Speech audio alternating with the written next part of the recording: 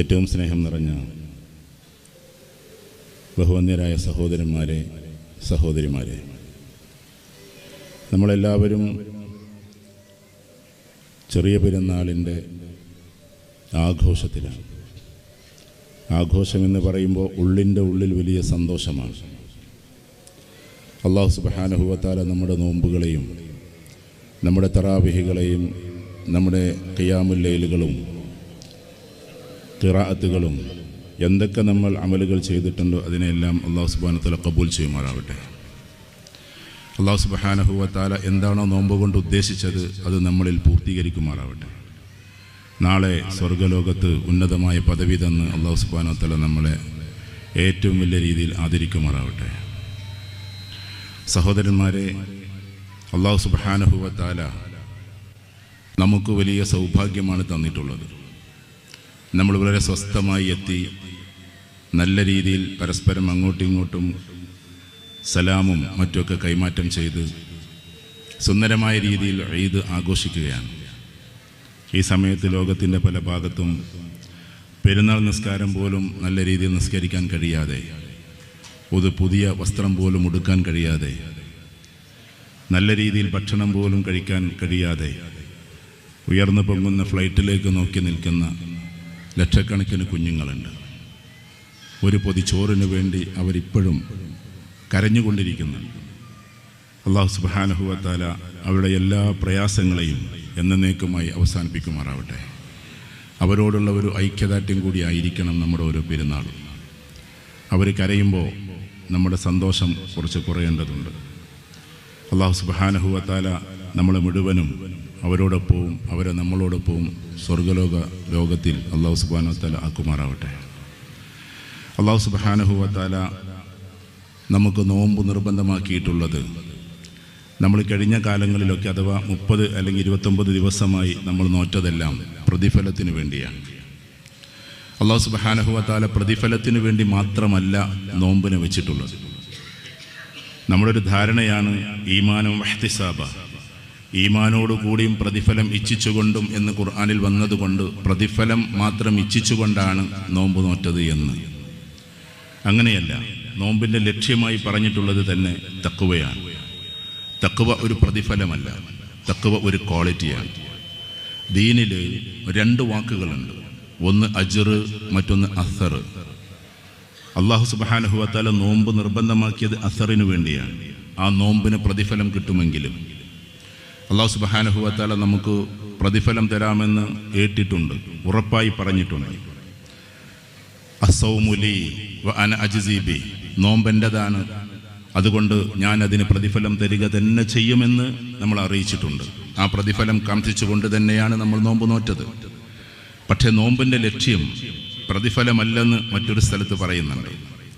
അതെന്താണ്? കുത്തിബ അലൈക്കുമുസ് സിയാമു കമാ കുത്തിബ അലല്ലദീന മിൻ ഖബ്ലിക്കും ലഅല്ലക്കും തത്തഖൂൻ.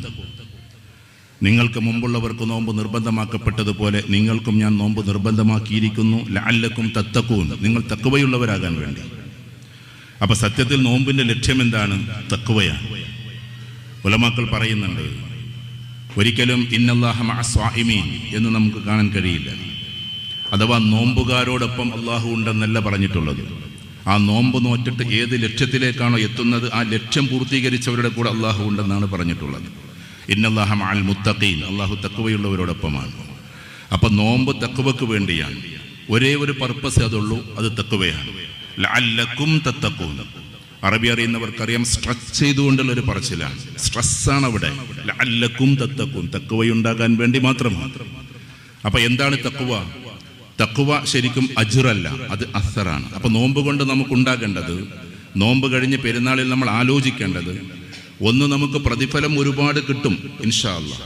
സഹിഹായ ഹദീസ് പ്രകാരം തന്നെ ഏകദേശം 1 പേജ് ഓതിയാൽ തന്നെ 3.5 ലക്ഷത്തോളം നന്മകൾ കിട്ടും. അതെന്താ അങ്ങനെ കണക്ക് പറയുന്നു എന്ന് ചോദിച്ചാൽ, മനുഷ്യർക്ക് കണക്ക് പറഞ്ഞാലേ മനസ്സിലാവൂ എന്നതുകൊണ്ടാണ്. അതായത് ഒരക്ഷരത്തിന് 10 നന്മകളുണ്ട് എന്ന് ഹദീസിൽ കാണാം. ഖുർആനിലെ ഒരു ഹർഫ് ഓതിയാൽ 10 നന്മയാണ്. അതോടൊപ്പം 1 പേജിൽ ഏകദേശം 500 ഹർഫുകൾ ഉണ്ടാവും. 500 × 10 എന്ന് പറഞ്ഞാൽ 5000 റമദാൻ മാസത്തിൽ ഓതിയാൽ ഏകദേശം 70 ഇരട്ടി പ്രതിഫലവുമാണ്. 70 × 5000 എന്ന് പറഞ്ഞാൽ 3.5 ലക്ഷമാണ്. അപ്പൊ സത്യത്തിൽ അത്രത്തോളം ഒരു പേജ് ഓതിയാൽ അള്ളാഹു സുബ്ഹാനഹു വ തആല നമുക്ക് തരും. പക്ഷെ അതിനേക്കാൾ അപ്പുറത്ത് ക്വാളിറ്റിയാണ്. അള്ളാഹു എപ്പോഴും പറഞ്ഞിട്ടുള്ളത് ഞാൻ ആരോടൊപ്പമാണ് എന്നതാണ്. അള്ളാഹുവോട് തഅല്ലുഖുണ്ട്, അള്ളാഹുവോട് ഖുർബുണ്ട്, അള്ളാഹുവോട് മഅയ്യത്തുണ്ട്. മഅയ്യത്ത് എന്ന് പറഞ്ഞാൽ അള്ളാഹു എപ്പോഴും നമ്മുടെ കൂടെയായിരിക്കലാണ്. കൂടെയാവുക എന്ന് പറഞ്ഞാൽ അങ്ങനെ ഒട്ടിച്ചേർന്ന് നടക്കുക എന്നതല്ല, അവൻ്റെ എല്ലാ സഹായങ്ങളും നമ്മളോടൊപ്പമുണ്ട് എന്നതാണ്. ആ മഅയ്യത്ത് നമുക്ക് കിട്ടുന്നതൊക്കെ ക്വാളിറ്റിയുമായി ബന്ധപ്പെട്ടിട്ടാണ്. ഇന്നല്ലാഹ മഅൽ മുഹ്സിനീൻ, ഇന്നല്ലാഹ മഅൽ മുത്തഖീൻ, ഇന്നല്ലാഹ മഅസ് സ്വാബിരീൻ. അള്ളാഹു ക്ഷമയുള്ളവരോടൊപ്പമാണ്, അള്ളാഹു മുത്തഖീങ്ങളോടൊപ്പമാണ്. Quality quality quality. അഥവാ നമ്മൾ നോമ്പ് നോറ്റുകൊണ്ട് ഉണ്ടാക്കിയെടുക്കേണ്ടത് ഈ നോമ്പാണ്. ഈ നോമ്പ് കൊണ്ട് ഉണ്ടാകേണ്ടത് എന്താണ്? നമുക്ക് തഖ്വയാണ്, അഥവാ ക്വാളിറ്റിയാണ്. അള്ളാഹു സുബ്ഹാനഹു വ തആല നമ്മുടെ ആ ക്വാളിറ്റിയിലേക്ക് എത്തിക്കുമാറാവട്ടെ. അള്ളാഹു സുബ്ഹാനഹു വ തആല നമുക്ക് ഈ പെരുന്നാൾ തന്നിട്ടുള്ളത് എന്തിനാണ്? പരസ്പര സാഹോദര്യത്തിന് വേണ്ടി, പരസ്പരം ഐക്യത്തിന് വേണ്ടി, ഒന്നിച്ചു കൂടാൻ വേണ്ടിയിട്ടാണ് ഈദ്ഗാഹ് എന്ന് പറയുന്ന സുന്ദരമായ ഒരു സംഭവത്തെ റസൂലുള്ളാഹി സ്വല്ലല്ലാഹു അലൈഹി വസല്ലം നമുക്ക് പരിചയപ്പെടുത്തി തന്നത്. വ്യത്യസ്തമായ ചിന്താഗതിക്കാർ, വ്യത്യസ്തമായ ധാരയിലുള്ളവർ, വ്യത്യസ്ത കുടുംബങ്ങളിൽ നിന്നുള്ളവർ, വ്യത്യസ്ത സമൂഹത്തിൽ നിന്നുള്ളവർ എല്ലാവരും ഒരു ദിവസം ഒന്നിച്ച് ഒരു ഗ്രൗണ്ടിൽ ഉണ്ടാകട്ടെ. അവരെല്ലാവരും പാരസ്പര്യത്തിന്റെ ലോകം തുറക്കട്ടെ. നമുക്കുണ്ടാക്കേണ്ടത് ഏറ്റവും വലിയ ക്വാളിറ്റി എന്താണെന്നറിയാം? അതൊരു ഇർഷാദിന്റെ മർത്തബയാണ്. ഇർഷാദ് എന്നതുകൊണ്ട് ഉദ്ദേശിക്കുന്നത് മറ്റുള്ളവർക്ക് വഴികാട്ടിയാവുക എന്നതാണ്. മറ്റുള്ളവർക്ക് വഴികാട്ടിയാകണമെങ്കിൽ നമുക്ക് ഇൻഷുറാഹ് എന്ന് പറയുന്ന ഒരു സിഫത്ത് ഉണ്ടാകണം. എന്താണ് ഇൻഷുറാഹ്? വിശാലമായൊരു കാഴ്ചപ്പാടിന്റെ പേരാണ് ഇൻഷുറാഹ്. അത് മൂസ അലൈഹി സ്വലാത്തു വസ്സലാമക്ക് അല്ലാഹു സുബ്ഹാനഹു വ തആല കൊടുത്തത് പ്രാർത്ഥിച്ചിട്ടാണ്. റബ്ബി ഇശ്റഹ് ലി സദ്രി വയസ്സിർ ലി അംരി വഹ്ലുൽ ഉഖ്ദതം മിൻ ലിസാനി യഫ്ഖഹു ഖൗലി. ഇത് മൂസ അലൈഹി സ്വലാത്തു വസ്സലാമയുടെ പ്രാർത്ഥനയായി അല്ലാഹു സുബ്ഹാനഹു വ തആല വിശുദ്ധ ഖുർആൻ പറയുന്നുണ്ട്. അല്ലാഹുവേ, എൻ്റെ നെഞ്ചകം നീ വിശാലമാക്കി തരണേ.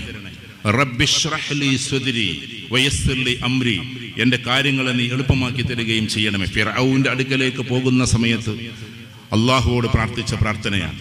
എന്നാൽ റസൂലുള്ളാഹി സ്വല്ലല്ലാഹു അലൈഹി വസല്ലമയോട് അല്ലാഹു സുബ്ഹാനഹു വ തആല അങ്ങോട്ട് അത് പറയുകയാണ്. അലം നശ്റഹ് ലക സദ്റക്, നിങ്ങളുടെ നെഞ്ചകം ഞാൻ വിശാലമാക്കി തന്നില്ലയോ റസൂലേ? ഒന്ന് അങ്ങോട്ട് ചെയ്തു തന്നിട്ട് പറയലാണ് അലം നശ്റഹ് ലക സദ്റക്. ഒരു പ്രവാചകൻ പ്രാർത്ഥിക്കുന്നു റബ്ബി ഇശ്റഹ് ലി സദ്രി, റസൂലുള്ളാഹിയോട് അല്ലാഹു പറയുന്നു അലം നശ്റഹ് ലക സദ്റക്. അതുകൊണ്ട് റസൂലുള്ളാഹി സ്വല്ലല്ലാഹു അലൈഹി വസല്ലമയുടെ ഉമ്മത്തികളായ നമ്മൾ എല്ലാ പ്രവാചകന്മാരെയും അനുസരിച്ചും അനുധാവനം ചെയ്തു പോകുമ്പോൾ ആ ഒരു വിശാല കാഴ്ചപ്പാടോടുകൂടി എത്തുന്നതിന്റെ പേരാണ് ഇൻഷിറാഹ്. ആ ഇൻഷിറാഹാണ് നമ്മൾ ഈ കാണുന്നതെല്ലാം. എല്ലാവരും ഒന്നിച്ചു കൂടുന്നു, എല്ലാവരും പരസ്പരം ഒന്നാകുന്നു, എല്ലാവരും എല്ലാ രീതിയിലുള്ള ചിന്താഗതികളും മാറ്റിവെക്കുന്നു.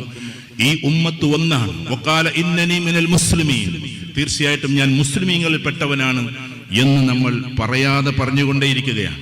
നമുക്കൊരൊറ്റ വകുപ്പേ ഉള്ളൂ, അത് മുസ്ലിം എന്നത് മാത്രമാണ്. അല്ലാഹു സുബ്ഹാനഹു വ തആല വിശുദ്ധ ഖുർആനിൽ മുസ്ലിം, മുഅ്മിൻ, മുഹ്സിൻ 3 പ്രയോഗങ്ങൾ പ്രയോഗിച്ചിട്ടുണ്ട്. അതിൽ മുസ്ലിം കേവല മുസ്ലിമായിട്ട് നമ്മൾ കഴിഞ്ഞിട്ട് കാര്യമില്ല എന്നും വിശുദ്ധ ഖുർആനിലുണ്ട്. ഒരു അഅറാബി വന്നിട്ട് റസൂലുള്ളാഹിയോട് പറയാണ് ഞങ്ങൾ വിശ്വസിച്ചിരിക്കുന്നു എന്ന്, ഞങ്ങൾ ഈമാനുള്ളവരായിരിക്കുന്നു എന്ന്. ആ സമയത്ത് റസൂലുള്ളാഹി സ്വല്ലല്ലാഹു അലൈഹി വസല്ലമക്ക് സന്തോഷമായി. പക്ഷെ അല്ലാഹു ആയത്തിറക്കി ഖാലത്തിൽ അഅറാബു ആമന്ന ഖുൽ ലം തുഅ്മിനു വലാകിൻ ഖൂലു അസ്ലംനാ വലമ്മാ യദ്ഖുലുൽ ഈമാനു ഫീ ഖുലൂബികും. അവിടെ ഹൃദയത്തിലേക്ക് ഈമാൻ പ്രവേശിച്ചിട്ടില്ല. അഅറാബികൾ അതാ വന്നിട്ട് പറയുന്നു അല്ലാഹുവിന്റെ റസൂലേ സല്ലല്ലാഹു അലൈഹി വസല്ലം ഞങ്ങൾ വിശ്വസിച്ചിരിക്കുന്നു എന്ന്, ഞങ്ങൾ ഈമാനുള്ളവരായിരിക്കുന്നു എന്ന്. ഖുൽ, നബിയെ പറയുക, ലം തുഅ്മിനു, നിങ്ങൾ വിശ്വസിച്ചിട്ടില്ല, അഥവാ നിങ്ങൾ ഈമാനുള്ളവരായിട്ടില്ല. വലാകിൻ ഖൂലു അസ്ലംനാ, പക്ഷേ അവർ പറഞ്ഞുകൊള്ളട്ടെ ഞങ്ങൾ മുസ്ലിമീങ്ങളാണ് എന്ന്, ഞങ്ങൾ അനുസരിച്ചവരാണെന്ന് പറഞ്ഞുകൊള്ളട്ടെ. ഒരിക്കലും ഈമാനുള്ളവരാണെന്ന് പറയരുത്. സൂറത്തുൽ ഹുജറാത്ത്. കാരണം എന്താണെന്നറിയോ? പറയുന്ന വാക്കിതാണ് വലമ്മാ യദ്ഖുലുൽ ഈമാനു ഫീ ഖുലൂബികും, അവരുടെ ഹൃദയത്തിലേക്ക് ഈമാൻ പ്രവേശിച്ചിട്ടില്ല. അപ്പൊ ഹൃദയത്തിലേക്ക് ഈമാൻ ഏറ്റെടുത്തവരെ മാത്രമാണ് മുഅ്മിൻ എന്ന് വിളിച്ചിട്ടുള്ളത്. അപ്പൊ നമ്മുടെ ഹൃദയത്തിലേക്കായിരിക്കണം ഈ കഴിഞ്ഞ നോമ്പ് കൊണ്ടുണ്ടായ എല്ലാ ഈമാനും ഇറങ്ങേണ്ടത്. എന്താണ് ഈമാൻ?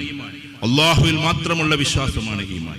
അള്ളാഹുവിനെ കൊണ്ട് മാത്രമേ കാര്യങ്ങൾ നടക്കൂ എന്ന്, അള്ളാഹുവിലേക്ക് മാത്രമേ ഞാൻ തിരിയൂ എന്ന്, അള്ളാഹുവോട് മാത്രമേ ഞാൻ പ്രാർത്ഥിക്കൂ എന്ന്, സർവശക്തൻ അല്ലെങ്കിൽ സർവാധിപതി, സമഗ്രാധിപതി, ഇങ്ങനെയുള്ള അള്ളാഹുവിൻ്റെതാണ് എല്ലാം എന്നുള്ളൊരു വിശ്വാസം നമ്മളിലേക്ക് എത്തലാണ്. വേറെ ഒന്നിലേക്കും തിരിയാനുള്ള ഒരു സാഹചര്യം പോലും സൃഷ്ടിക്കാതിരിക്കലാണ്. ഹസ്രത്ത് ഇബ്രാഹിം അലൈഹി സ്വലാത്തു വസ്സലാം നമ്മളോട് വിശുദ്ധ ഖുർആൻ പറഞ്ഞത് ഇത്തഖദു മില്ലത ഇബ്രാഹിം ഹനീഫ, നിങ്ങൾ ഇബ്രാഹിം നബി അലൈഹി സ്വലാത്തു വസ്സലാമിയുടെ മില്ലത്തായിരിക്കണമെന്ന്. എന്താ ഈ മില്ലത്ത് കൊണ്ട് ഉദ്ദേശിക്കുന്നത്? തഫ്സീറുകൾ നമുക്ക് കാണാൻ പറ്റും. ഇബ്രാഹിം അലൈഹി സ്വലാത്തു വസ്സലാം 3 കാര്യങ്ങളിൽ നിന്നാണ് മുക്തി നേടിയത്. 3 കാര്യങ്ങളിൽ നിന്ന്. ഒന്ന് ഗൈറ മുത്തഹർരിക്കിൽ നിന്ന്. എന്താ ഗൈറ മുത്തഹർരിക്? ഗൈറ മുത്തഹർരിക് കൊണ്ട് ഉദ്ദേശിക്കുന്നത് ചലിക്കാത്ത വസ്തുക്കളിലുള്ള വിശ്വാസമാണ്. എന്താ ചലിക്കാത്ത വസ്തുക്കൾ? അന്നത്തെ കാലഘട്ടത്തിൽ വിഗ്രഹങ്ങൾ ചലിക്കാത്തതായിരുന്നു. അതിനെല്ലാം എന്താക്കി? മനസ്സുകൊണ്ട് തിരസ്കരിച്ചു ഇബ്രാഹിം അലൈഹി സ്വലാത്തു വസ്സലാം. അതുകൊണ്ട് തന്നെ ചലിക്കാത്ത വസ്തുവിൽ നിന്ന് മോചനം നേടി.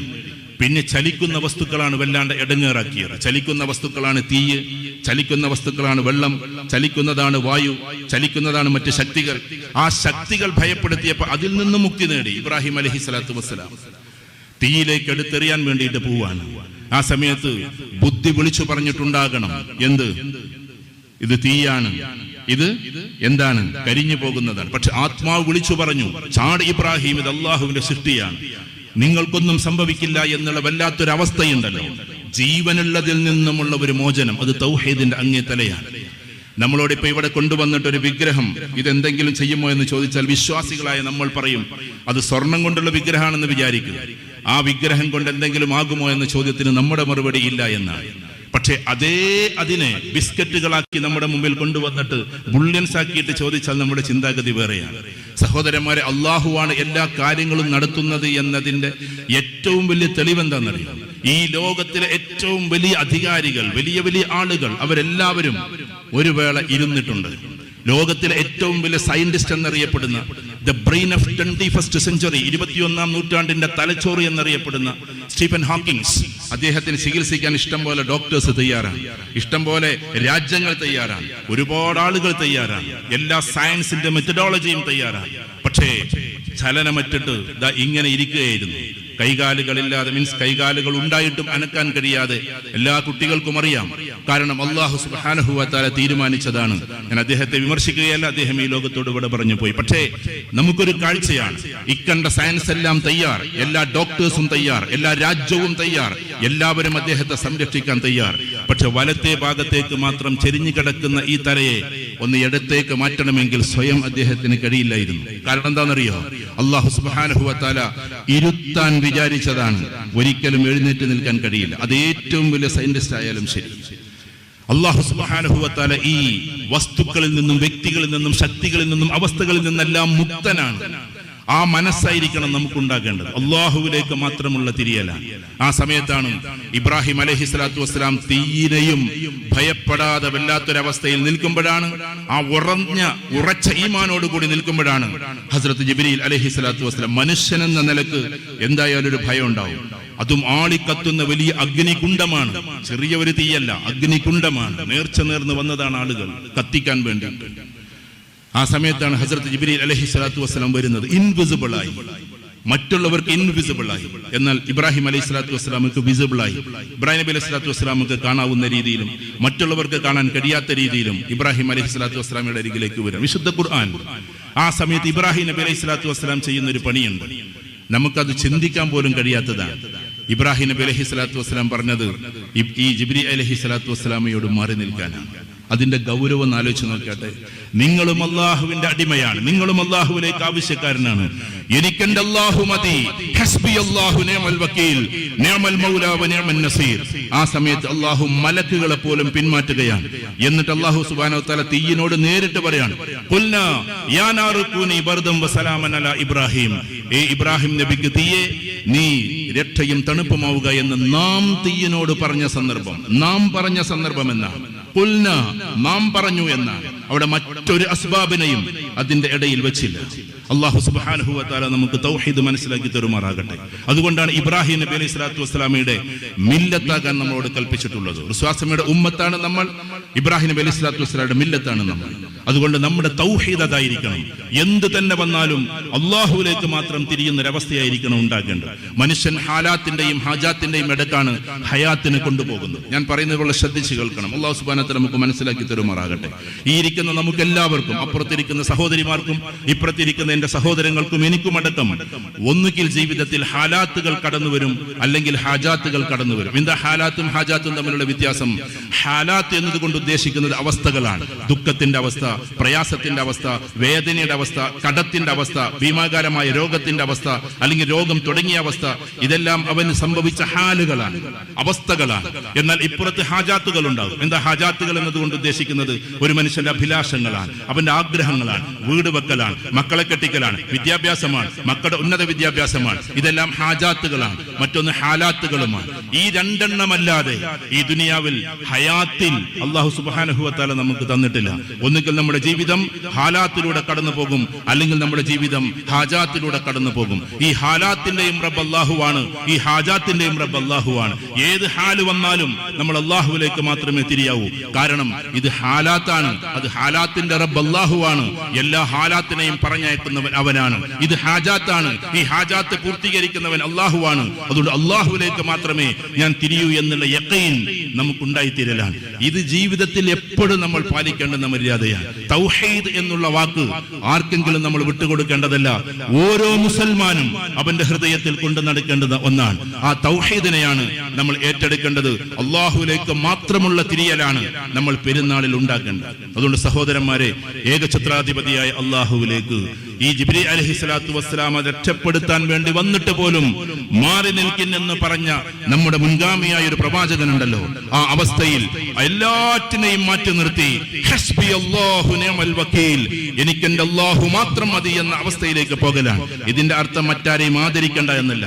എല്ലാ അംബിയാ മുർസലീങ്ങളെയും, അതേപോലെ തന്നെ എല്ലാ സഹാബാക്കളെയും, എല്ലാ മുഫസ്സിരീങ്ങളെയും, മുഹദ്ദിസീങ്ങളെയും, മുഹഖിഖീങ്ങളെയും, മുഫഖിഹീങ്ങളെയും, അതേപോലെ തന്നെ അല്ലാഹുവിന്റെ ഔലിയാക്കളെയും നമ്മൾ ആദരിക്കുന്നു, ബഹുമാനിക്കുന്നു, സ്നേഹിക്കുന്നു. അവരോടൊപ്പം ദുആ ചെയ്യുന്നു. നമ്മൾ അവരോടൊപ്പം സ്വർഗത്തിലെത്താൻ വേണ്ടി നമ്മൾ ദുആ ചെയ്യുന്നു. അതല്ലാതെ ഒരു തരി പോലും ഒന്നിലേക്കും തിരിയരുത് എന്നതാണ് അല്ലാഹു സുബ്ഹാനഹു വ തആല ഇബ്രാഹിം അലൈഹിസ്സലാത്തു വസ്സലാമയിലൂടെ നമ്മളെ പഠിപ്പിക്കുന്ന പാഠം. ആ ഒരു യഖീനാണ് പെരുന്നാൾ ദിവസത്തിൽ നമ്മൾ ഉറച്ച് മനസ്സിൽ ഉറപ്പിച്ച് ഈ നോമ്പിലൂടെ നമ്മൾ ഉണ്ടാക്കിയെടുത്തതിലേക്ക് തിരിച്ചു പോകേണ്ടത്. ആ ക്വാളിറ്റി, ഏറ്റവും വലിയ ക്വാളിറ്റി എന്താണെന്നറിയോ? ആകാശത്തിന് ചുവട്ടിൽ അള്ളാഹ്ക്ക് ഏറ്റവും ഇഷ്ടം വേറെ ഒന്നിനെ കുറിച്ചും പറയലല്ല, അള്ളാഹുവിനെ കുറിച്ച് പറയലാണ്. വേറെ എല്ലാം അതിന്റെ താഴെയാണ്. എല്ലാറ്റിനെ കുറിച്ച് പറയലും അതിന്റെ താഴെയാണ്. ഏകഛത്രാധിപതിയായ അള്ളാഹുവിനെ കുറിച്ച് പറയലാണ്. അള്ളാഹ്ക്ക് ആകാശ ലോകത്തിന്റെ ചുവട്ടിൽ ഏറ്റവും ഇഷ്ടം, ആകാശത്തിലും അതാണ് ഇഷ്ടം. അത് അള്ളാഹുവിന്റെ ഏറ്റവും വലിയ ഔന്നത്യമാണ്. അതിനു വേണ്ടിയിട്ടാണ് 1.25 ലക്ഷത്തോളം വരുന്ന പ്രവാചകന്മാരെ അല്ലാഹു സുബ്ഹാനഹു വ തആല നിയോഗിച്ചത്. പ്രവാചകന്മാർ എത്രയാണ് നിസ്കരിച്ചത് എന്ന്, പ്രവാചകന്മാർ എത്ര ഹജ്ജ് ചെയ്തു എന്നത്, പ്രവാചകന്മാർ എപ്പോ നോമ്പ് നോറ്റു എന്നത് ഖുർആനിൽ നമുക്ക് വിശദീകരിച്ച് കാണാൻ കഴിയില്ല. പക്ഷേ എല്ലാവരുടെയും ഒരു കാര്യം നമുക്ക് കേൾക്കാൻ പറ്റും. ദഅ സക്കരിയ ദഅ യഹ്യ ഇന്നി ദഅഉതു ഖൗമി ലൈലൻ വനഹാറ വലം യജിദുഹും ദുആഇ ഇല്ലാ ഫിറാറ. അല്ലാഹു സുബ്ഹാനഹു വ തആല സക്കരിയ നബി അലൈഹിസ്സലാത്തു വസ്സലാമയുടെ ദഅവത്തിനെ കുറിച്ച്, പ്രബോധനത്തെ കുറിച്ച്, അതേപോലെ തന്നെ ദാവൂദ് നബി അലൈഹിസ്സലാത്തു വസ്സലാമയുടെ പ്രബോധനത്തെ കുറിച്ച്, സുലൈമാൻ നബി അലൈഹിസ്സലാത്തു വസ്സലാമയുടെ പ്രബോധനത്തെ കുറിച്ച്, എല്ലാ പ്രവാചകന്മാരുടെയും പ്രബോധനത്തെ കുറിച്ചാണ് പറയുന്നത്. അല്ലാഹുവിലേക്ക് മാത്രം, സംഘടനയിലേക്കല്ല, സംഘത്തിലേക്കല്ല, മൗലാനമാരിലേക്കല്ല, ഏകഛത്രാധിപതിയായ അല്ലാഹുവിലേക്ക് മാത്രമാണ് അല്ലാഹുവിന്റെ പ്രവാചകന്മാർ ദഅവത്ത് ചെയ്തത്. ദഅ ഇലല്ലാഹ്, ദഅ ഇലല്ലാഹ്, ദഅ ഇലല്ലാഹ് എന്നുള്ള വാക്കാണ്. അല്ലാഹുവിലേക്ക് മാത്രമായിരുന്നു ആ ക്ഷണം. അതായിരിക്കണം നമ്മുടെ നിയ്യത്തും. അല്ലാഹു സുബ്ഹാനഹു വ തആല നോമ്പിലൂടെ ആർജിച്ചെടുത്ത ആദ്യത്തെ ക്വാളിറ്റി അത് തൗഹീദായിരിക്കണം എന്നതാണ്. അല്ലാഹു സുബ്ഹാനഹു വ തആല നമുക്ക് മനസ്സിലാക്കി തരുമാറാകട്ടെ. രണ്ടാമത്തത് മുഹമ്മദുർ റസൂലുള്ളാഹി സ്വല്ലല്ലാഹു അലൈഹി വസല്ലം. ഈ അല്ലാഹുവിനെ പരിചയപ്പെടുത്തി തന്ന റസൂലുള്ളാഹി സ്വല്ലല്ലാഹു അലൈഹി വസല്ലം മാത്രമാണ് നമ്മുടെ റോൾ മോഡൽ. വേറെ ആര് എന്തൊക്കെ പറഞ്ഞാലും, റസൂലുള്ളാഹി ഒരു ഭാഗത്ത് ഇത് പറയുകയും ചെയ്താൽ റസൂലുള്ളാഹിയുടെ വാക്ക് മാത്രം എടുക്കുന്നതിന്റെ പേരാണ് മുഹമ്മദുർ റസൂലുള്ളാഹി സ്വല്ലല്ലാഹു അലൈഹി വസല്ലമയെ നമ്മൾ ഏറ്റവും കൂടുതൽ അഷ്ഹദു ആക്കൽ. എന്താ അഷ്ഹദു എന്ന് പറഞ്ഞാൽ? ഐ വിറ്റ്നസ് ആണ്. നമ്മുടെ ഈ കാണുന്ന കണ്ണുകൊണ്ട് സാക്ഷ്യം വഹിക്കലാണ്. എന്താ സാക്ഷ്യം? എന്റെ ജീവിതത്തിൽ ഞാൻ പാലിക്കുന്നതെല്ലാം റസൂലുള്ളാഹിയുടെ സുന്നത്തിലൂടെ ആയിരിക്കണമെന്നാണ്. കുറവുകൾ ഉണ്ടാകാം, പക്ഷേ നമ്മൾ ഒരിക്കലും അതിനെ വിമർശിക്കാനോ അതിനെ കുറവ് കാണാനോ നമ്മൾ മെനക്കെടരുത്. അത് പൂർത്തിയാക്കാൻ വേണ്ടി ശ്രമിച്ചുകൊണ്ടേയിരിക്കണം. അപ്പോഴാണ് മുഹമ്മദുർ റസൂലുള്ളാഹി സ്വല്ലല്ലാഹു അലൈഹി വസല്ലം നമ്മളിൽ പൂർത്തിയാക്കുന്നത്. സഹോദരന്മാരെ, നമുക്ക് 2 കടമകളുണ്ട്. അതേതാണ് കടമകൾ? ഒന്ന് ഹുഖൂഖുല്ലാഹ്, അല്ലാഹുവോടുള്ള ബാധ്യതകളാണ്, അല്ലാഹുവോടുള്ള കടമകളാണ്. അത് മാത്രം പാലിച്ചതിന്റെ പേരിൽ ഒരിക്കലും അല്ലാഹു സുബ്ഹാനഹു വ തആല നമ്മളെ ചോദ്യം ചെയ്യാതെ വിടില്ല, നമ്മളെ സ്വർഗത്തിലേക്ക് ആക്കില്ല. രണ്ടാമത്തെ ഒന്നുണ്ട്, അത് ഹുഖൂഖുൽ ഇബാദ്, അത് അള്ളാഹുവിന്റെ സൃഷ്ടി ചരാചരങ്ങളുള്ള കടപ്പാടുകൾ. അള്ളാഹുവോടുള്ള പാപങ്ങൾ പുറത്തു തന്നാലും സൃഷ്ടിചരാചരങ്ങൾ പുറത്തു തരാതെ അവരോടുള്ള പാപങ്ങൾ അള്ളാഹു സുബ്ഹാനഹു വ തആല പുറത്തു തരില്ല. ഉദാഹരണത്തിന്, നമ്മൾ ഒരാളോട് എന്തെങ്കിലും പ്രശ്നങ്ങൾ ഉണ്ടായി, നമ്മൾ വിചാരിക്കുകയാണ് അള്ളാഹുവോട് ദുആ ചെയ്താൽ എല്ലാം അള്ളാഹു പുറത്തു തരുമെന്ന്. ഇല്ല, അള്ളാഹു വെച്ച കണ്ടീഷനാണ്, അയാൾ പുറത്തു തരാതെ ഞാൻ പുറത്തു തരില്ല എന്ന്. ഇത് നമ്മൾ എപ്പോഴും നമ്മുടെ മനസ്സിലേക്ക് ഏറ്റെടുക്കേണ്ടതാണ്. അതുകൊണ്ട് നമ്മൾ നിമിത്തമാകാനാണ് ശ്രമിച്ചുകൊണ്ടിരിക്കേണ്ടത്, ഒരിക്കലും ആളാകാൻ ശ്രമിച്ചുകൊണ്ടിരിക്കരുത്. ഇവിടെ ഇരിക്കുന്ന ഓരോരുത്തരും വ്യത്യസ്തമായ രീതിയിൽ ചിന്തിക്കുന്നവരാകാം, പക്ഷേ പാരസ്പര്യത്തിന്റെ ലോകം നമ്മൾ തീർക്കുക എന്നത് അത് മനുഷ്യന്റെ ഏറ്റവും വലിയ ബന്ധങ്ങളിൽപ്പെട്ടതാണ്. അല്ലാഹു സുബ്ഹാനഹു വ തആല നമുക്ക് തന്നിട്ടുള്ള ഏറ്റവും വലിയ കാര്യം എന്താണെന്നറിയോ? ഈ സാമൂഹ്യ വ്യവസ്ഥിതിയാണ്. ഇതില്ലെങ്കിൽ നമ്മൾ തളർന്നു പോകും.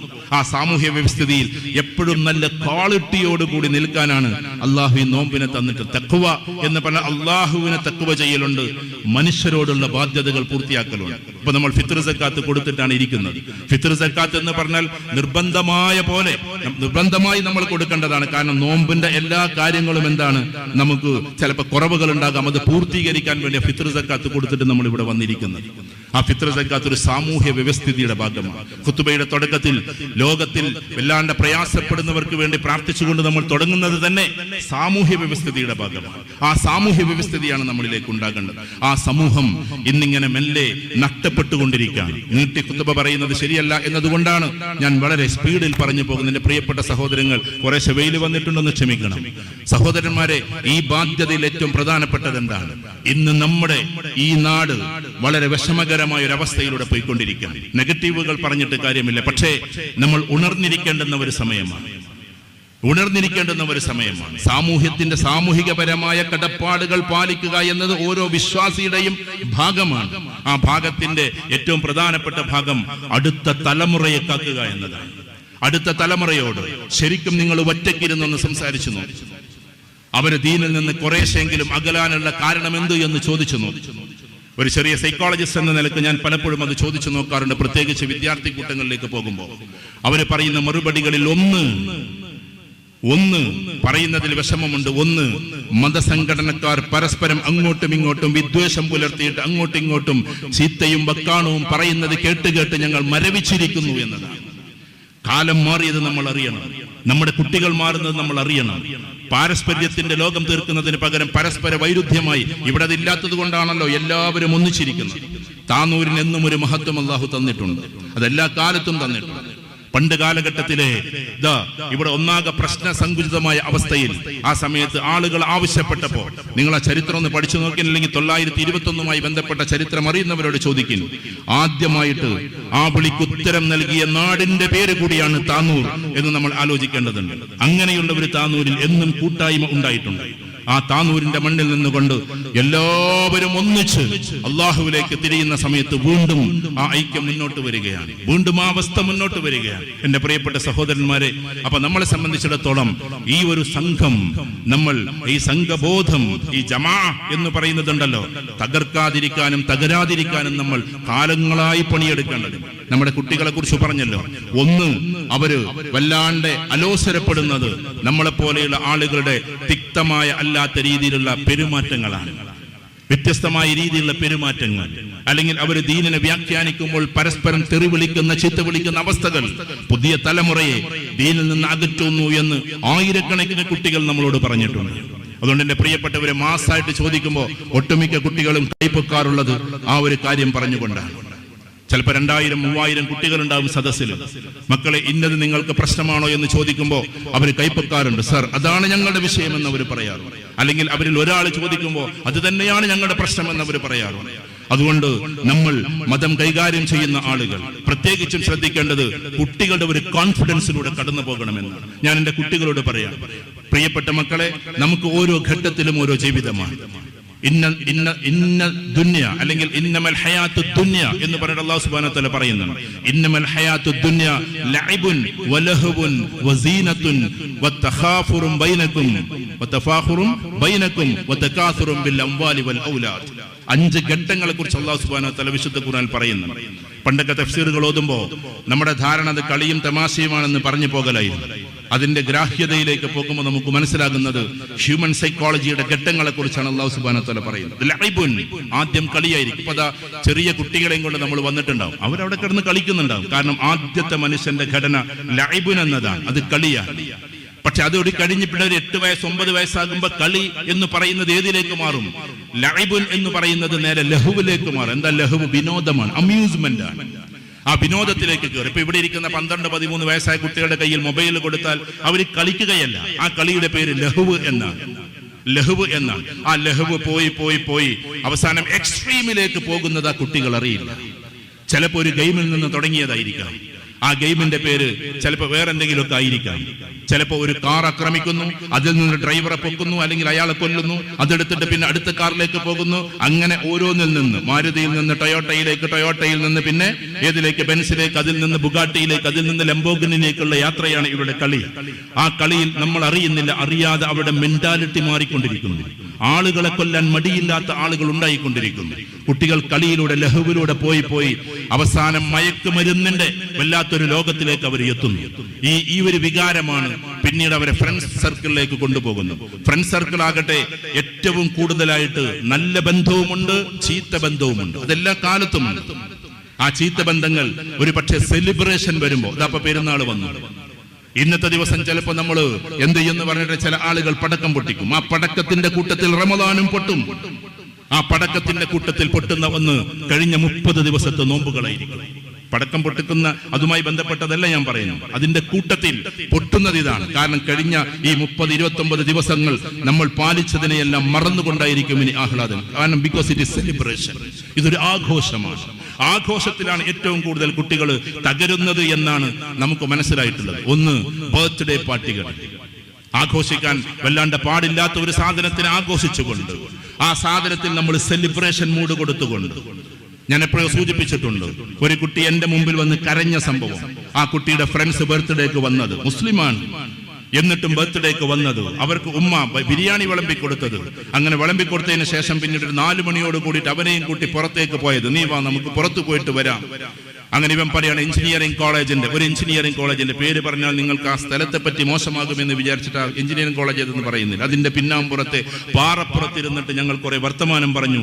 അത് കഴിഞ്ഞിട്ട് ഞങ്ങൾ പിന്നീട് ഇങ്ങനെ ഇരിക്കുമ്പോൾ മഗ്‌രിബ് ബാങ്ക് കൊടുത്തു. മഗ്‌രിബ് ബാങ്ക് കൊടുത്തപ്പോൾ എനിക്ക് പെരിയിൽ പോകണമെന്നായി, വീട്ടിൽ പോകണമെന്നായി. കാരണം എന്റെ ഉമ്മ, ആ കുട്ടി പിന്നെയാ കരഞ്ഞത്. ഇതൊക്കെ പറഞ്ഞിട്ട് കരഞ്ഞ രംഗം ഇതാണ്.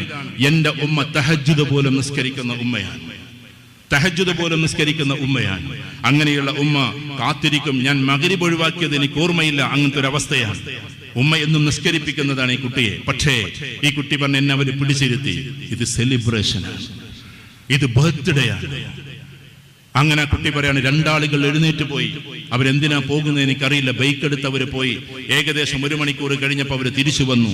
പിന്നെ ഞാൻ കണ്ടത് എന്റെ ചങ്ക് ബ്രോസ് തന്നെ അല്ലേ ഇതെന്ന് സംശയം എനിക്കുണ്ടായി. അവർ വന്ന പാടെ എന്നെ മലർത്തി കിടത്തി. 2 പേര് കൈകൾ പിടിച്ച് ചവിട്ടി, 2 ആളുകൾ കാലുകൾ പിടിച്ച് ചവിട്ടി. എന്നിട്ട് വീര്യമേറിയ മദ്യം എന്റെ വായിലേക്ക് ഒഴിച്ചു തന്നു. അവർ ചങ്ക് ബ്രോസ് ആണ്. പക്ഷേ സെലിബ്രേഷൻ ഉണ്ടല്ലോ, ആ സെലിബ്രേഷൻ, ആഘോഷം എന്ന് പറയുന്നത് കുട്ടികളുടെ പ്രകൃതത്തെ മാറ്റുന്നു. നല്ല മക്കളുടെ പോലും പ്രകൃതത്തെ മാറ്റുന്നു. അങ്ങനെ ആ കുട്ടി എന്നേക്കുമായി ഇതിന്റെ ആളാവുകയും പിന്നീട് ഡ്രഗ് അഡിക്റ്റ് ആവുകയും അങ്ങനെയാണ് കൗൺസിലിങ്ങിന് വരുന്നത്. എന്റെ പ്രിയപ്പെട്ട സഹോദരന്മാരെ, നമ്മളിത് തേടി പോകേണ്ടതില്ല. നമ്മുടെ സുഹൃത്തുക്കൾ നമ്മുടെ നെഞ്ചിലേക്ക് ഇത് കൊണ്ടുവരുന്ന സമയമുണ്ട്. ഇപ്പോൾ അത് അന്വേഷിച്ചു പോവുക പോലും ചെയ്യേണ്ട ആവശ്യമില്ല. അത് നമ്മളിലേക്ക് കയറി വരുന്ന സമയമാണ്. ഇവിടെ ഇത് കഴിഞ്ഞതിന് ശേഷം അതിന്റെ ഒരു പ്രതിജ്ഞ നടക്കുന്നു എന്നറിഞ്ഞു വലിയ സന്തോഷമുണ്ട്. കാരണം ഇതിപ്പോ പ്രതിജ്ഞയിലൂടെ മാത്രം പോകേണ്ട ഒന്നല്ല. എന്നാലും ഒരു പ്രതിജ്ഞ എടുക്കണമല്ലോ. നമ്മൾ അതിനു വേണ്ടി മുതിരേണ്ടുന്ന ഒരു സമയമാണ്.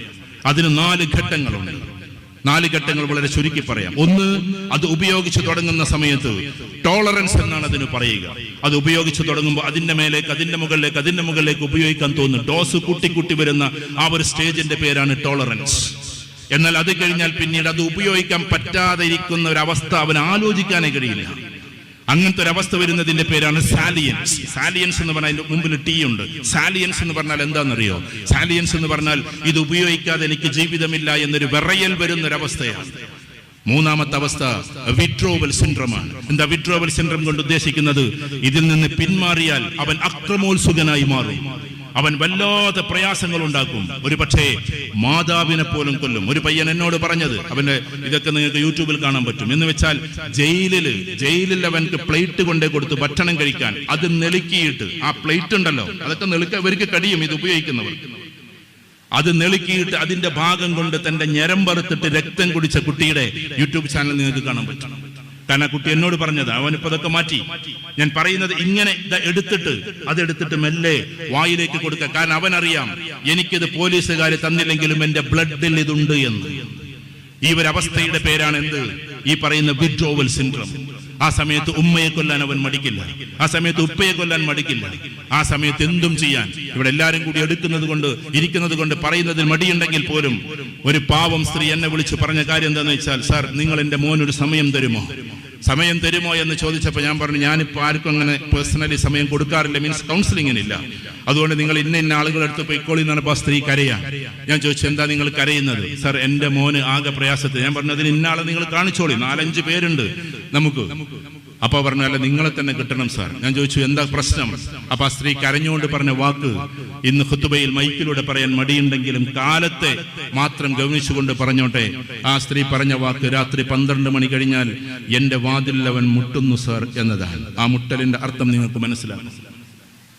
ഇത്രമാത്രം ഡ്രഗ്സ് മനുഷ്യരെ മാറ്റിമറിക്കുന്ന ഒരു കാലത്ത് എന്റെ പ്രിയപ്പെട്ട ഇവിടെ ഇരിക്കുന്ന ഓരോ കുട്ടികളും മനസ്സിലാക്കേണ്ടത് എന്താണെന്ന്, ഇതിന്റെ പിന്നിൽ ഒരു വലിയ മാഫിയയുണ്ട്, ഇതിന്റെ പിന്നിൽ വലിയ കച്ചവടങ്ങളുണ്ട്, ഇതിന്റെ പിന്നിൽ മനുഷ്യനെ വല്ലാത്തൊരവസ്ഥയിലേക്ക് കൊണ്ടുപോകുന്ന കുറെ ഗ്രൂപ്പുകളുണ്ട്. അതിന് നിങ്ങൾ എത്തീസം എന്നോ ലിബറലിസം എന്നോ ഡിങ്കോയിസം എന്നോ എന്ത് പേര് വിളിച്ചാലും എല്ലാം കടന്നു വരുന്നത് ഇത്തരത്തിലുള്ള ഒരു ഇലാബറേഷനിലേക്ക് മനുഷ്യനെ കൊണ്ടുപോകാനാണ്. അവര് ഉറക്കെ വിളിച്ചു പറയല്ലേ, മൈക്കിലൂടെ പറയല്ലേ. ഒരാൾ ചോദിക്കാണ്, എന്ത് ഒരു ഉമ്മാക്കും മോനും തമ്മിൽ എന്തെങ്കിലും മോശമായൊരു ബന്ധം തോന്നിയാൽ എന്തെങ്കിലും പ്രശ്നമുണ്ടോ എന്ന് ചോദിക്കുമ്പോൾ പച്ചയായിട്ട് പറയണം, അതിനെന്താ കുഴപ്പം? ഇവരാണ് ലിബറലിസ്റ്റുകളുടെ നേതാക്കന്മാർ, ഇവരാണ് എത്തീസത്തിന്റെ നേതാക്കന്മാർ. എന്ന് വെച്ചാൽ ഇങ്ങനെയുള്ള ഒരു അരാജകത്വം കൊണ്ടുവന്ന് അങ്ങനെ മൊത്തത്തിൽ മനുഷ്യനെ അരോചകവാദികളാക്കി, മനുഷ്യനെ മൊത്തത്തിൽ ഒരു സൈഡിലേക്ക് നീക്കി അള്ളാഹുവിൽ നിന്ന് അകറ്റുന്നു എന്ന് മാത്രമല്ല, റസൂലുള്ളാഹിയിൽ നിന്ന് അകറ്റുന്നു മാത്രമല്ല, മാനവരാശിയിൽ തന്നെ നമ്മൾ ഒറ്റപ്പെട്ടു പോകും. ആ ഒറ്റപ്പെടലിന്റെ പേരാണ് വിഡ്രോവൽ സിൻഡ്രോം. ആ വിഡ്രോവൽ സിൻഡ്രോം പിന്നെ പോകുന്ന 4ാമത്തെ ഘട്ടത്തിലേക്കാണ്. ആ ഘട്ടത്തിന്റെ പേര് സൂയിസൈഡ് അറ്റംപ്റ്റ് എന്നാണ്. സൂയിസൈഡ് അറ്റംപ്റ്റ് അഥവാ ഇത് ആത്മഹത്യയിലേക്ക് നയിക്കും. കഴിഞ്ഞ നിങ്ങൾ റിപ്പോർട്ട് എടുത്തു നോക്കി, ഒരു 3-4 ദിവസം മുമ്പ് പത്രത്തിൽ റിപ്പോർട്ട് ഉണ്ടായിരുന്നു. 3000-ഓളം കുട്ടികളാണ് കേരളത്തിൽ ഇതിന്റെ പേരിൽ ആത്മഹത്യക്ക് ഒരുങ്ങിയതും കുറെ ആളുകൾ ആത്മഹത്യ ചെയ്തതും. എന്തുകൊണ്ട് ഇത് സംഭവിക്കുന്നു സഹോദരന്മാരെ? അത് നമ്മളെ സംബന്ധിച്ചിടത്തോളം നോമ്പിൽ നിന്ന് നമ്മൾ ആർജിച്ചെടുത്ത ഒരു ആർജവമുണ്ടല്ലോ. എന്റെ പ്രിയപ്പെട്ട കുട്ടികളോട്, ഇവിടെ ഇരിക്കുന്ന മദ്രസയിലേക്ക് പോകുന്ന കുട്ടികളോട് പോലും ഞാൻ പറയുന്നു. ഒരു ചെറിയ കുട്ടി എന്നോട് പറഞ്ഞ കാര്യം അതാണ്. മദ്രസയിലേക്ക് പോവാണ്, 5ാം ക്ലാസ്സിലും 3ാം ക്ലാസ്സിലൊക്കെ പഠിക്കുന്ന കുട്ടികളാണ്. എത്ര വയസ്സുണ്ടാവുക? 8 വയസ്സ് 10 വയസ്സ്. ആ കുട്ടിയുടെ അരികിലേക്ക് ഒരു ബൈക്കുകാരൻ വരുന്നു. എന്നിട്ട് വഴി ചോദിക്കലൊക്കെ ഒരു ക്ലവർലിയുള്ള ചോദ്യമാണ്. വഴി ചോദിക്കാണ്, ഇന്ന സ്ഥലത്തേക്ക് എങ്ങനെയാണ് വഴി? ഈ പാവം കുട്ടി പറഞ്ഞു കൊടുക്കാണ്. ആ ബൈക്കുകാരൻ തിരിച്ച് ഇങ്ങോട്ട് തന്നെ വരിക. എന്നിട്ട് പറയാണ്, മോനെ ഇതാ ഒരു മിഠായി കഴിച്ചോ, നീ നല്ല മോനാണ്, നല്ല രീതിയിൽ വഴി പറഞ്ഞു തന്നു. ഇവരൊക്കെ ആദ്യത്തിൽ നമ്മുടെ ഏറ്റവും നല്ല രീതിയിൽ സ്നേഹിക്കാൻ തുടങ്ങും. ആദ്യത്തിൽ കുഴപ്പമൊന്നും കാണിക്കില്ല. അങ്ങനെ സ്നേഹത്തോടെ ഒരു മിഠായി കൊടുത്ത്, പാവം ആ 8-10 വയസ്സായ കുട്ടിക്ക് അറിയില്ലായിരുന്നു ഇത് കഞ്ചാവ് മിഠായിയാണ്. അന്ന് മുതൽ പിന്നെ അവൻ കാത്തു നിൽക്കാൻ തുടങ്ങി. ആ കുട്ടിയുടെ ജീവിതം ഈ 8-10 വയസ്സുള്ള സമയത്തെ കാബാലികന്മാർ വഴിതിരിച്ചു വിട്ടു. ഈ ഒരു ലോകമാണ് നമ്മുടെ മുമ്പിലുള്ളത്. എന്റെ പ്രിയപ്പെട്ടവരെ, നമ്മൾ ആലോചിക്കേണ്ടത് ഇതിൽ നിന്ന് മുക്തി നേടൽ ഈ മനുഷ്യ സമൂഹത്തോടുള്ള നമ്മുടെ ബാധ്യതയിൽപ്പെട്ടതാണ്. ആരെങ്കിലും അത് ഉപയോഗിക്കുന്നുവെങ്കിൽ അതിൽ നിന്ന് പിന്മാറ്റുക എന്നത് ഇവരിലിരിക്കുന്ന ആളുകളാരും അത് ഉപയോഗിക്കുന്നവരാകില്ല. കാരണം എന്താണെന്ന് വെച്ചാൽ വിശ്വാസികളായ ആളുകളാണ് നമ്മൾ അതിൽ നിന്നെല്ലാം മുക്തി നേടിയവരാണ്. UK-യുടെ ഒരു പഠനമുണ്ട്. ആ പഠനം നിങ്ങൾ ChatGPT നോക്കിയിട്ടെങ്കിലും ഒന്ന് കയറി നോക്കേണ്ടതാണ്. ഈ ലോകത്തിൽ മയക്കുമരുന്നിൽ നിന്ന് വിദൂരതയിലാകുന്ന ആളുകൾ ആരാന്നറിയാം? സൈക്കോളജിസ്റ്റുകളുടെ കൗൺസിലിംഗ് കൊണ്ടോ സോഷ്യോളജിസ്റ്റുകളുടെ സോഷ്യൽ ആക്ടിവിസം കൊണ്ടോ ഒന്നുമല്ല. പകരം നിൽക്കുന്നത് ആരാന്നറിയാം? റിലീജിയസ് ആയി മതപരമായി പോകുന്ന ആളുകൾ മാത്രമാണ് ലോകത്തിൽ ഇതിൽ നിന്ന് ക്ലവർലി വിട്ടുനിൽക്കുന്നത് എന്നാണ് അതിന്റെ റിസർച്ച്.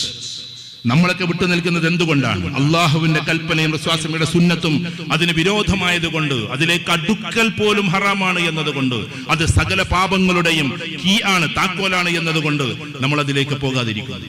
എന്റെ പ്രിയപ്പെട്ടവരെ, അതുകൊണ്ട് നമുക്ക് ഈമാനികമായ ഒരു ആവേശമാണ് ഉണ്ടാകേണ്ടത്. ഈമാനികമായ ഒരു അവസ്ഥയാണ് നമുക്ക് ഉണ്ടാകേണ്ടത്.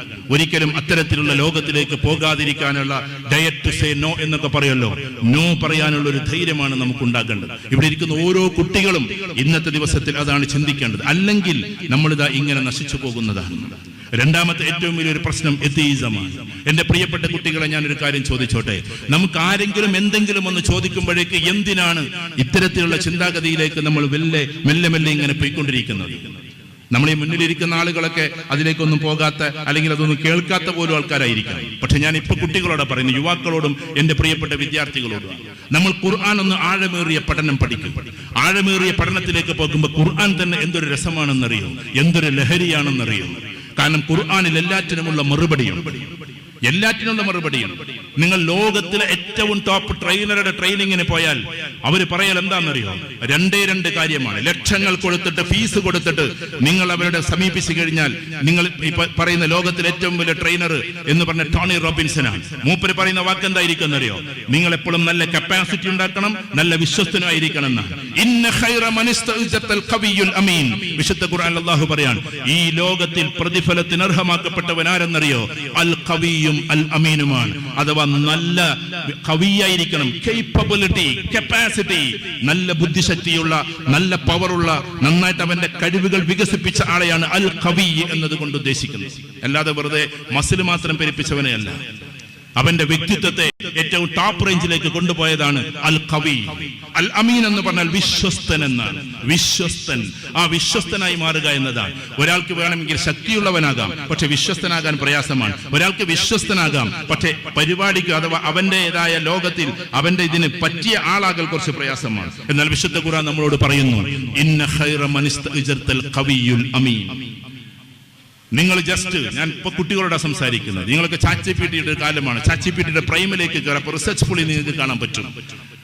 അതിലേക്ക് കയറി കഴിഞ്ഞാൽ നിങ്ങൾ ദ മിറാക്കിൾ അല്ലെങ്കിൽ വണ്ടേഴ്സ് ഇൻ ഖുർആൻ എന്ന് അടിച്ചു നോക്കുക, അല്ലെങ്കിൽ mathematical and numerical wonders in Quran എന്ന് അടിച്ചു നോക്കുക.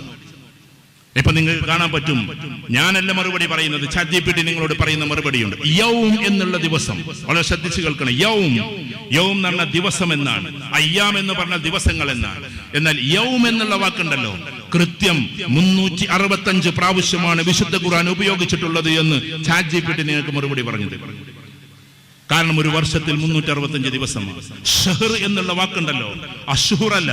അഷ്ഹുർ എന്നുള്ള മാസങ്ങളാണ്, അല്ലെങ്കിൽ ഷുഹൂർ മാസങ്ങളാണ്. ഞാൻ പറയുന്നത് ഷഹർ റമളാൻ അല്ലദി എന്ന് പറയുന്ന ഷഹർ ഉണ്ടല്ലോ, അങ്ങനത്തെ ഷഹർ കൃത്യം 12 പ്രാവശ്യമാണ് വിശുദ്ധ ഖുർആൻ ഉപയോഗിച്ചിട്ടുള്ളത് എന്ന് നിങ്ങൾക്ക് ചാറ്റ്ജിപിടി പറഞ്ഞു തരും. അതുകൊണ്ടാണ് ഈ അടുത്തിടെ ഒരു ചർച്ചയുണ്ടായി, ചാറ്റ്ജിപിടി മുസ്ലിമാണ് എന്നത്.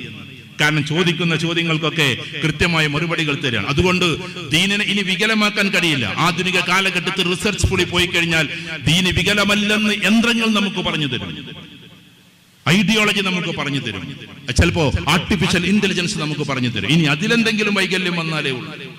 ആ ഒരു അവസ്ഥയിലേക്ക് കാര്യങ്ങൾ പോയിക്കൊണ്ടിരിക്കുമ്പോൾ എന്റെ പ്രിയപ്പെട്ട സഹോദരന്മാരെ, ഇങ്ങനെ ഇപ്പൊ നമ്മൾ ഏറ്റവും ചെറുതായി ഓതുന്ന ഒരു സൂറത്തുണ്ട്. ആ സൂറത്ത് ഏതാണ് ഏറ്റവും ചെറിയ സൂറത്ത് വിശുദ്ധ ഖുർആനിൽ?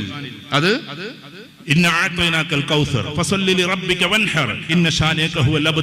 അതിന്റെ പോലും ഒരു ലോജിക്ക് നിങ്ങളൊന്ന് ആലോചിച്ച് നോക്കിയാട്ടെ. നമ്മൾ ചെറുപ്പത്തിൽ പഠിച്ചിട്ടുള്ളത് ഒരിക്കലും അതിൽ മീമില്ലാത്ത സൂറത്ത് എന്നതാണ്. അതിൽ മീമില്ല എന്നുള്ളത് മാത്രമല്ല, അതിൽ വേറെയും പ്രത്യേകത ഉണ്ട്. എല്ലാ അക്ഷരങ്ങളും പൗപ്പത്താണ്. 10 അക്ഷരങ്ങൾ വീതമാണ് ഓരോ ആയത്തിനെയും അടുക്കിയിട്ടുള്ളത്. അലിഫ് 2 വട്ടം ആവർത്തിക്കും, അതിനെ എണ്ണരുത്. അഥവാ ഹറഫുകൾ എന്ന് പറഞ്ഞാൽ ആവർത്തിക്കാതെ എണ്ണിക്കഴിഞ്ഞാൽ എല്ലാറ്റിലും 10 ആണ്. എല്ലാറ്റിലും ഇന്ന അഅ്തൈനാക്കൽ കൗസർ ഫസല്ലി ലിറബ്ബിക വൻഹർ ഇന്ന ഷാനിഅക ഹുവൽ അബ്തർ എല്ലാം 10 ആണ്. അത് അവസാനിക്കുന്നത് റാ എന്നതിലാണ്. അബ്തർ എന്ന ആ റായിലാണ് 3ഉം അവസാനിക്കുന്നത്. റായുടെ പ്രത്യേകത എന്താണെന്നറിയോ? റായുടെ പ്രത്യേകത എന്ന് പറഞ്ഞാൽ അറബിക് ലെറ്റേഴ്സിലെ 10ാമത്തെ അക്ഷരമാണ് റാ എന്ന് നിങ്ങൾ വീട്ടിൽ പോയി നോക്കുക, അല്ലെങ്കിൽ അടിച്ചു നോക്കുക. ഇങ്ങനെ വ്യത്യസ്തമായ രീതിയിലൂടെ അല്ലാഹു സുബ്ഹാനഹു വ തആല ഖുർആനെ ഡിസൈൻ ചെയ്തിരിക്കുകയാണ്. ഇന്നും നമുക്ക് മനസ്സിലാകാത്ത ഡെപ്തിലേക്ക് വിശുദ്ധ ഖുർആൻ നമ്മളെ വിളിച്ചുകൊണ്ടിരിക്കുകയാണ്. അതുകൊണ്ട് എന്റെ പ്രിയപ്പെട്ട യുവാക്കളോട്, വിദ്യാർത്ഥികളോട് വിശുദ്ധ ഖുർആനിലേക്ക് മടങ്ങുക. നിങ്ങൾക്ക് പറ്റുന്ന ഇന്റലക്ച്വൽസിന്റെ അങ്ങേതല വിശുദ്ധ ഖുർആൻ നിങ്ങൾക്ക് പറഞ്ഞു തരും. ഇതിനേക്കാളും അപ്പുറത്തുള്ള കുറെ സംഭവങ്ങൾ നമുക്ക് പറഞ്ഞു തരും. ഒരുപാട് സംഭവങ്ങളിലൂടെ വിശുദ്ധ ഖുർആൻ നമ്മളെ ക്ഷണിച്ചുകൊണ്ടിരിക്കും. പക്ഷെ നമുക്കത് സമയമില്ല, നമുക്കത് പഠിക്കാൻ സമയമില്ല എന്നതാണ്. അതുകൊണ്ട് ഈ റമദാൻ കഴിഞ്ഞിട്ട് കഴിഞ്ഞിട്ട് ഇങ്ങനെയുള്ള ഒരു ദിവസത്തിൽ നമ്മൾ ഏറ്റവും കൂടുതൽ ആഗ്രഹിക്കേണ്ടത് ഖുർആൻ പഠിക്കാനാണ്. തൗഹീദ്, സുന്നത്ത്, അതേപോലെ തന്നെ മനുഷ്യബന്ധങ്ങൾ, പിന്നെ ഖുർആൻ നമ്മൾ ഏറ്റവും നന്നായിട്ട് പഠിക്കുക എന്നതാണ്. ആ ഖുർആനിലൂടെ നമ്മൾ മുന്നോട്ട് പോകാന്നുള്ളത്. അതുകൊണ്ട് സഹോദരന്മാരെ, ഇവിടെ ഇരിക്കുന്ന എല്ലാ ആളുകളും ഇന്നത്തെ ദിവസത്തിൽ ആ ഒരു ധൈര്യത്തോടെ, ആ ഒരു സ്ഥൈര്യത്തോടെ മുന്നോട്ട് പോവുക എന്നതാണ്. ഞാൻ നേരത്തെ പറഞ്ഞിട്ടുള്ള ആ ഒരു എത്തീസം ഉണ്ടല്ലോ, ആ എത്തീസത്തിലൂടെ നമ്മൾ ഒരിക്കലും കടന്നു പോകാതിരിക്കാൻ നമ്മൾ ഹൈലി ഇന്റലക്ച്വൽ ആകണം, നമ്മൾ അതീവ ബുദ്ധിമാന്മാരാകണം, നമ്മൾ അവരെയും ഓവർകം ചെയ്യുന്ന ബുദ്ധിയിലേക്ക് കടന്നു പോകണം. കോൺഫിഡൻസിന് വേണ്ടി മാത്രം പറയല്ല. എന്റെ കുറച്ച് സുഹൃത്തുക്കളുണ്ട്, ഈ IIT-യിൽ നിന്ന് PhD കഴിഞ്ഞവരാണ്. അവർ രംഗപ്രവേശനം നടത്തിയതോടുകൂടി ഇവരൊക്കെ യൂട്യൂബിലേക്ക് ഒളിച്ചിരിക്കുകയാണ്. ഇവരോട് മുട്ടാൻ അവരാക്കാകില്ല, ഇവരോട് മുട്ടാൻ കഴിയില്ല. കാരണം വേവ് ലെങ്ത് എന്ന് പറയുന്ന ഒരു സാധനമുണ്ട്. ഇപ്പൊ കിതാബ് ഓതിയിട്ട് അറബി നല്ല രീതിയിൽ അതിന്റെ അൽഫാദുകൾ ഉപയോഗിച്ച് ഒരു മനുഷ്യന്റെ ആ ഒരു വേവ് ലെങ്ത്തിലേക്ക് നമുക്ക് സാധാരണക്കാർക്ക് കയറാൻ കഴിയില്ല. ഇതേമാതിരി സയൻസിന്റെ വേവ് ലെങ്ത് കൂടിയ ആളുകളിലേക്ക് കയറാൻ കുറഞ്ഞ ആളുകൾക്ക് കയറാൻ സാധ്യതയില്ല. അതുകൊണ്ട് ഇന്നത്തെ കാലഘട്ടത്തിൽ കുട്ടികൾ കൂടുതലായി റിസർച്ച് ചെയ്തുകൊണ്ടിരിക്കുകയാണ്. എത്രയോ യൂണിവേഴ്സിറ്റികൾ ഇത് നടന്നുകൊണ്ടിരിക്കുകയാണ്. ഞാൻ എന്റെ താന്നൂരിന്റെ മുഴുവൻ ആൺകുട്ടികളോടും പെൺകുട്ടികളോടും പറഞ്ഞുകൊണ്ടിരിക്കുകയാണ്, ഖുർആനിലൂടെ ഡീപ്പ് ആൻഡ് ഡെപ്തിലൂടെ പോ. നിങ്ങൾ US-ൽ പോയാലും UK-യിൽ പോയാലും ഓസ്ട്രേലിയയിൽ പോയാലും എവിടെ ഏത് രാജ്യത്ത് പോയാലും അള്ളാഹുവിന്റെ അനുഗ്രഹത്താൽ 56 രാജ്യം നമ്മളും പോയി. അവിടെയൊക്കെ ഖുർആന്റെ റിസർച്ചുകളും അതിന്റെ ആഴങ്ങളും ഏറ്റവും കൂടുതൽ ചർച്ച ചെയ്തുകൊണ്ടിരിക്കുകയാണ്. പക്ഷെ ഖുർആൻ ആദ്യമായി വന്നു എന്ന് അവകാശപ്പെടുന്ന കേരളക്കരയിലെ നമ്മളാകട്ടെ സത്യത്തിൽ എന്താണ്, അതിൽ നിന്നെല്ലാം പിന്മാറിക്കൊണ്ടിരിക്കുകയും ചെയ്യാം. അവിടെ നമ്മൾ ആഴമേറിയ പഠനത്തിലേക്ക് പോകണം.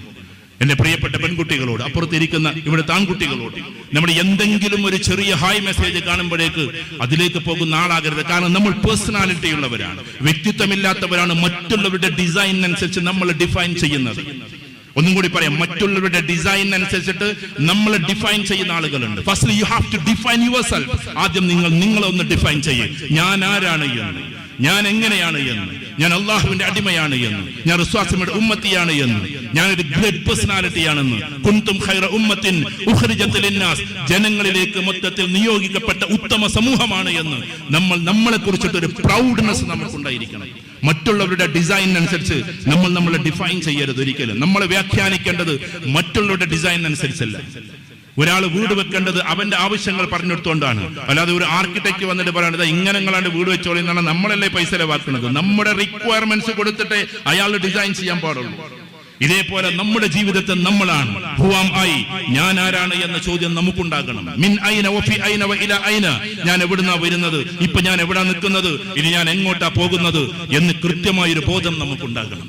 ആ ബോധത്തിൽ നിന്നാണ് നമ്മൾ എന്ന് പറയുന്ന വ്യക്തിത്വം ഉണ്ടാകുന്നത്. ആ വ്യക്തിത്വത്തെയാണ് നമ്മൾ ഏറ്റവും കൂടി ആർജവമാക്കി മാറ്റേണ്ടത്.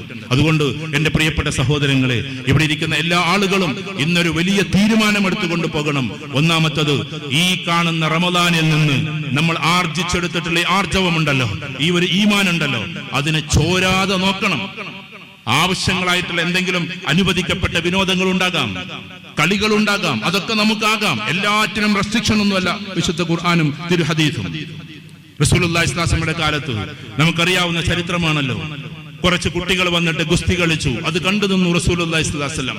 അവരെ ഒന്ന് മാറ്റാൻ വേണ്ടിയിട്ട് അബൂബക്കർ സിദ്ദീഖ് റളിയല്ലാഹു അൻഹു നോക്കി. അപ്പോഴേക്കും പറഞ്ഞു, ഇന്ന് പെരുന്നാളാണ്, കുട്ടികൾ കളിക്കട്ടെ, അതുകൊണ്ട് വിശാലതയില്ലെന്ന് നിങ്ങൾ പറയരുത്. രാത്രിയിൽ വന്നിട്ട് കുറച്ച് പെൺകുട്ടികൾ വന്നിട്ട് ആയിഷ റളിയല്ലാഹു തആല അൻഹ കുറച്ച് കവിതകൾ ചൊല്ലിക്കൊടുത്തു. ആ സമയത്ത് പറഞ്ഞു എന്ത്, അപ്പോഴും വന്നിട്ട് ഇടപെട്ടു, നിങ്ങൾ പൊയ്ക്കോൾ, വിശ്വാസം ഉറങ്ങാൻ സമയമായി എന്ന്. നട്ടപ്പാതിര നേരം വരെ ഇരുന്നിട്ട് കവിത ചൊല്ലണ്ട എന്നുള്ള സന്ദേശം കൊടുത്തപ്പോഴേക്കും, ആ കവിത എന്ന് പറഞ്ഞാൽ എങ്ങനത്തെങ്കിലും കവിത അല്ല കേട്ടോ, അതും കൂടി നമ്മൾ ആലോചിക്കണം. എന്തെങ്കിലും വേറെ സ്ത്രീകളെ വർണ്ണിക്കുന്ന കവിതകളല്ല, അള്ളാഹുവിനെ വർണ്ണിക്കുന്ന റസൂലുള്ളാഹിയെ വർണ്ണിക്കുന്ന കവിതകളാണ്. സാസമ പറഞ്ഞു, ഇന്ന് പെരുന്നാളാണ്, കുട്ടികൾ കവിത ആലപിക്കട്ടെ. അതുകൊണ്ട് വിശാലമായ ഒരു കാഴ്ചപ്പാടിലൂടെ നമ്മൾ കുട്ടികളെ കാണണം.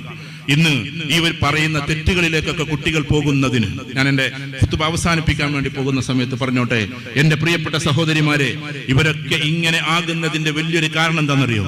കുടുംബാന്തരീക്ഷം നഷ്ടപ്പെട്ടു പോകലാണ്. കുടുംബത്തിന് സുന്ദരമായ ഒരു അന്തരീക്ഷമുണ്ട്, ആ അന്തരീക്ഷത്തെ നഷ്ടപ്പെടുത്തുന്നത് നമ്മളാണ്. സ്കൂൾ വിട്ടു വരുന്ന സമയത്ത് കുട്ടിയെ കാത്തു നിൽക്കുന്ന മാതാക്കളുടെ എണ്ണം കുറഞ്ഞുകൊണ്ടിരിക്കുന്നു. നമ്മളിങ്ങനെ മെല്ലെ മെല്ലെ മേശപ്പുറത്തിരുന്നിട്ട് അല്ലെങ്കിൽ സോഫയിൽ ഇരുന്നിട്ട് മൊബൈൽ നോക്കിക്കൊണ്ടിരിക്കുമ്പോൾ കുട്ടി വരുന്നു, ബാഗ് വെക്കുന്നു, അവൻ പോകുന്നു, അവൻ അവന്റെ മൊബൈൽ എടുക്കുന്നു, നമ്മളൊന്നും അറിയുന്നേ ഇല്ല. നീ എപ്പോഴാടാ വന്നത് എന്ന് ഉമ്മ അങ്ങോട്ട് ചോദിക്കുന്ന ഒരവസ്ഥയിലേക്ക് നമ്മുടെ വീട് മാറിയിരിക്കുന്നു. നമ്മുടെയൊക്കെ കാലഘട്ടത്തിൽ മാതാവ് കാത്തിരിക്കും കുട്ടികൾ സ്കൂൾ വിട്ടു വരുന്നതും കാത്ത്. അവരുടെ ഒരു സ്നേഹം വല്ലാത്തതായിരുന്നു. അവരന്ന് തരുന്നൊരു ചായയുണ്ട്, പഴമക്കാർ മറന്നിട്ടുണ്ടാകില്ല. അരിമണി വറുത്തതും ചായയുമാണത്. ലോകത്തിലെ സ്റ്റാർബക്സ് കോഫി പോലും അതിന്റെ പിന്നിൽ തോറ്റുപോകുമെന്ന് ഞാൻ എൻ്റെ അനുഭവത്തിലൂടെ പറയുന്നു. ലോകത്തിലെ ഏറ്റവും വില കൂടിയ കോഫി സ്റ്റാർബക്സിൻ്റെതാണ് എന്നാണ് പറയപ്പെടുന്നത്. അതിനേക്കാൾ അപ്പുറത്തേക്കായിരുന്നു ഉമ്മയുടെ ആ ഒരു ചായയുടെ ഗന്ധവും അതിലെ സ്നേഹവും. ഇന്ന് കുട്ടികൾക്ക് ബന്ധമില്ല മാതാക്കളോട്. നമ്മളാകട്ടെ കണക്കുകൾ കൂട്ടിക്കൊണ്ട് മാത്രം കുട്ടികളെ ഇങ്ങനെ കൊണ്ടുപോവാൻ. ചെറുപ്പം മുതലേ കളിക്കുമ്പോഴും പഠിക്കുക എന്ന് പറഞ്ഞ്, അത് കഴിഞ്ഞിട്ട് ഇന്ന പോലെ A+ എടുക്കുമെന്നും പറഞ്ഞ്, അത് കഴിഞ്ഞിട്ട് ഇന്ന പോലെ ഡോക്ടറാകുമെന്നും പറഞ്ഞ് കുട്ടികളെ കളിപ്പിക്കാൻ നേരമില്ല, അവിടെ കൂടെ ഇരിക്കാൻ നേരമില്ല, ഒന്നിച്ച് നിസ്കരിപ്പിക്കാൻ നേരമില്ല, ഒന്നിച്ച് അവരോടൊപ്പം നിസ്കരിക്കാൻ സമയമല്ല, അവർക്ക് ഇമാമത്ത് നിൽക്കാൻ സമയമല്ല, കുട്ടികൾ ഇമാമത്ത് നിർത്താൻ നമുക്ക് സമയമല്ല. ഇങ്ങനെ മൊത്തത്തിൽ കുടുംബം ഒരു അലക് തെറ്റിയിട്ട് പോയിക്കൊണ്ടിരിക്കുക. പക്ഷെ കുട്ടികൾക്ക് തോന്നണം, ഞാനൊരു വ്യക്തിയാണ്, ഞാൻ ഈ ഉമ്മത്തിന് നേതൃത്വം കൊടുക്കേണ്ട ആളാണ്. അതുകൊണ്ട് എന്നെ സംബന്ധിച്ചിടത്തോളം ഏറ്റവും നല്ല മോനായി വളരണമെന്ന്, ഞാൻ എൻ്റെ ഉമ്മയെ ഏറ്റവും നന്നായി സ്നേഹിക്കണമെന്ന് ആ ഒരു പാരസ്പര്യം നമ്മുടെ വീട്ടിൽ ഉണ്ടാകണം. വാപ്പ പറയുന്ന ഐഡിയോളജി വേറെയും ഉമ്മ പറയുന്ന ഐഡിയോളജി വേറെയായാൽ കുട്ടികൾ ഡിലമയിലാകും. എന്താ ഡിലമ എന്ന് പറഞ്ഞാൽ എന്നറിയോ? കുട്ടികൾ എങ്ങോട്ടാ പോകേണ്ടതെന്ന് അറിയില്ല.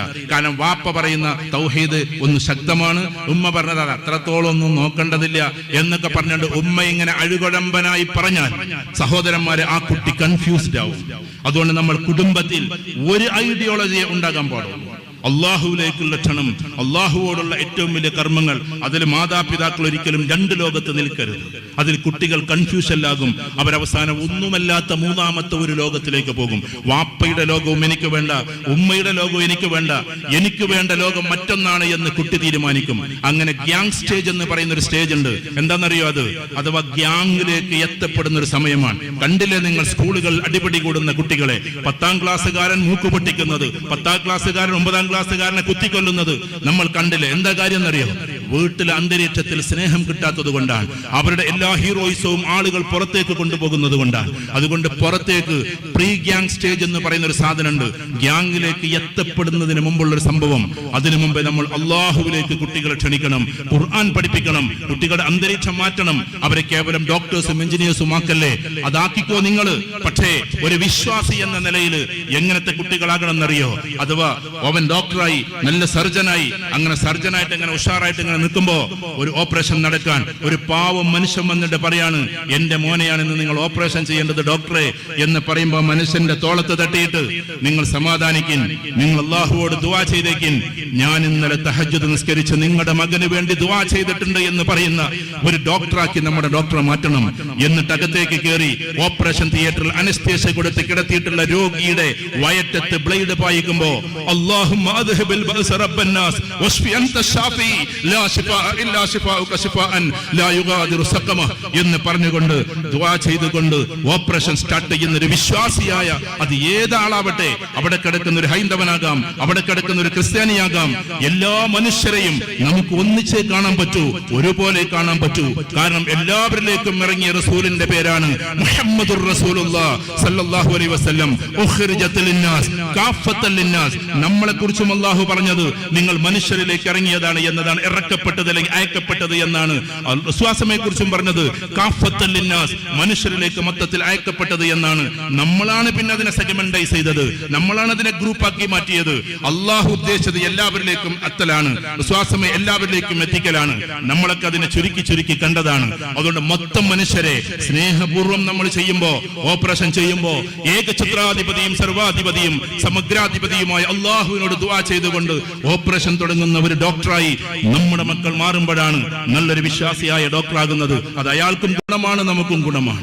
എല്ലാ ജാതിക്കാരും അവസാനം പറയലുണ്ട് ഡോക്ടറെ പ്രാർത്ഥിക്കണം കേട്ടോ എന്ന്. അത് മുസൽമാനായാലും ശരി, എല്ലാവരും അങ്ങോട്ടും ഇങ്ങോട്ടും പറയുന്ന ഒരു കാര്യമാണ്. പക്ഷെ മുസ്ലിം എപ്പോഴും വിശ്വസിക്കുന്നത് ഏകനായ അള്ളാഹുവിനെ മാത്രമാണ്.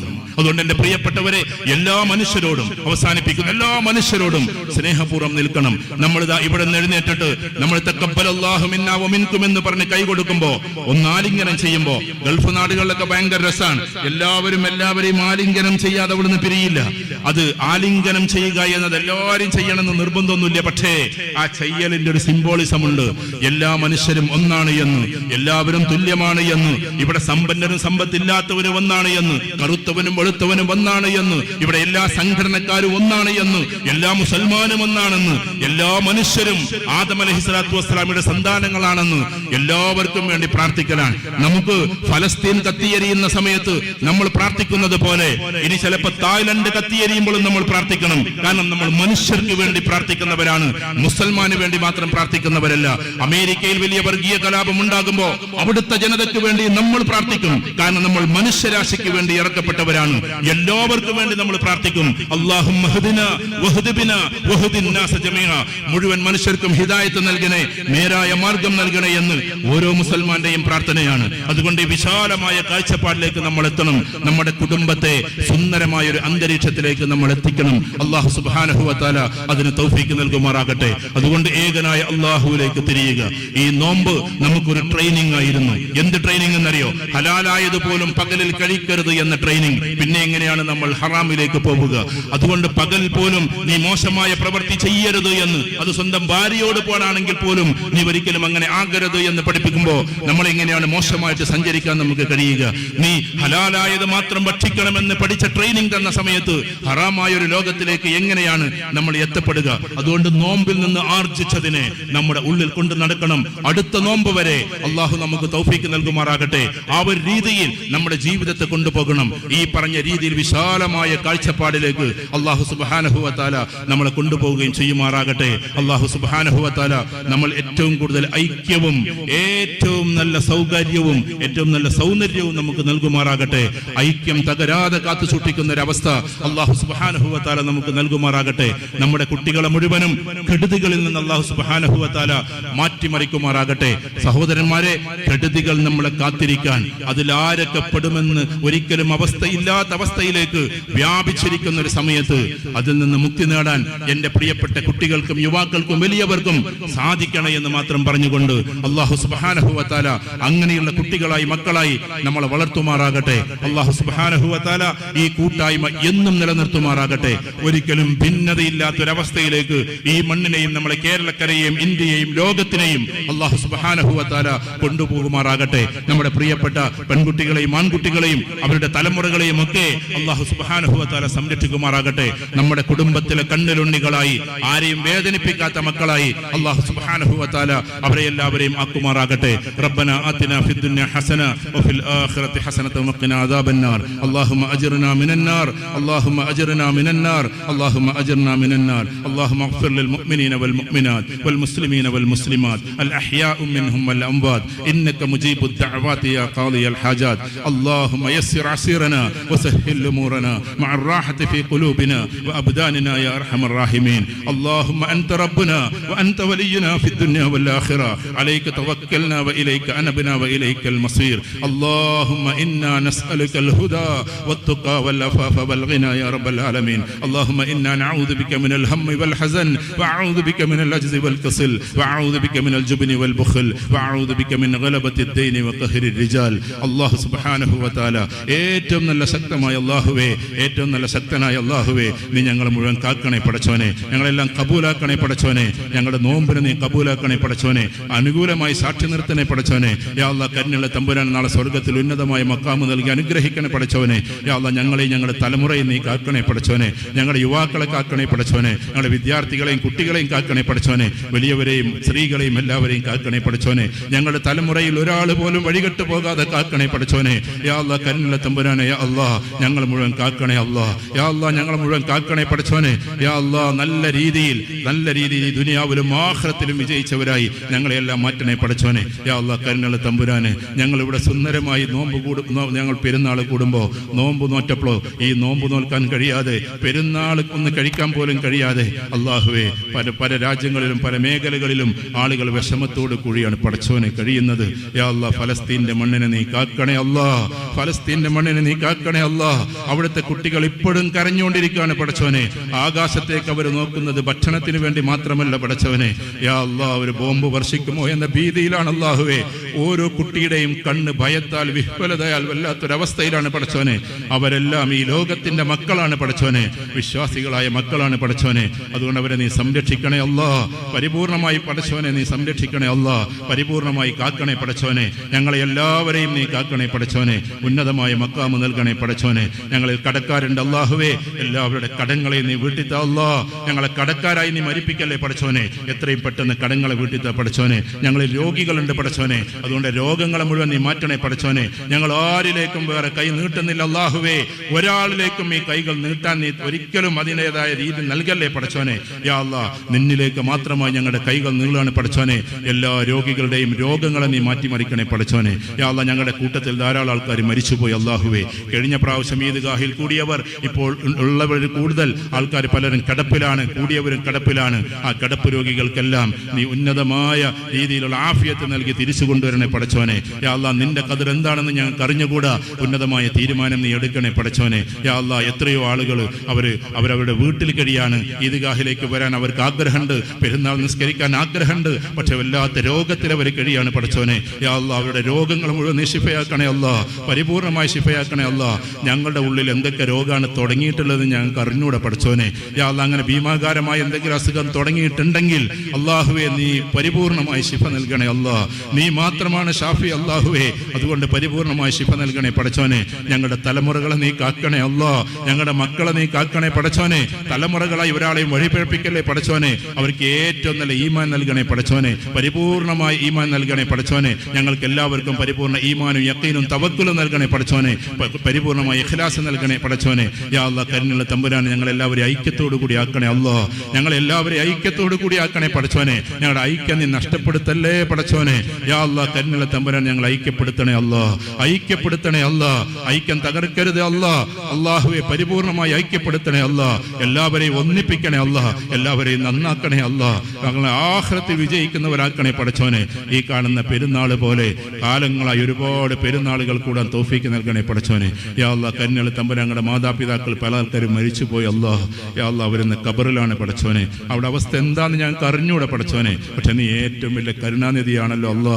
ഇത്ക്കും മിനന്നാറിന്റെ 10 കഴിഞ്ഞു പോയത്, അതിലെങ്കിൽ അവരെ നീ ഉൾപ്പെടുത്തണേ അല്ലാ. നിനക്കാണല്ലോ അതിന്റെ പരമാധികാരം അല്ലാഹുവേ.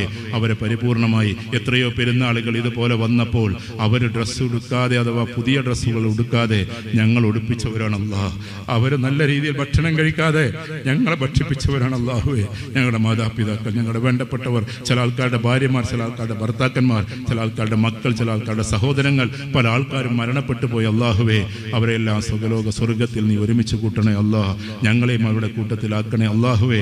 അല്ലാഹുമ്മ യസ്സിർ അസീറനാ വസഹ്ഹിൽ ഉമൂറനാ മഅ الراحة في قلوبنا وأبداننا يا أرحم الراحمين. اللهم حسن مرادنا واشف أمراضنا واقض حاجاتنا واغفر ذنوبنا يا غافر المذنبين. اللهم أنت ربنا وأنت ولينا في الدنيا والآخرة. عليك توكلنا وإليك أنبنا وإليك المصير. الله أكبر الله أكبر الله أكبر الله أكبر. لا إله إلا الله والله أكبر. الله أكبر ولله الحمد. السلام عليكم ورحمة الله وبركاته.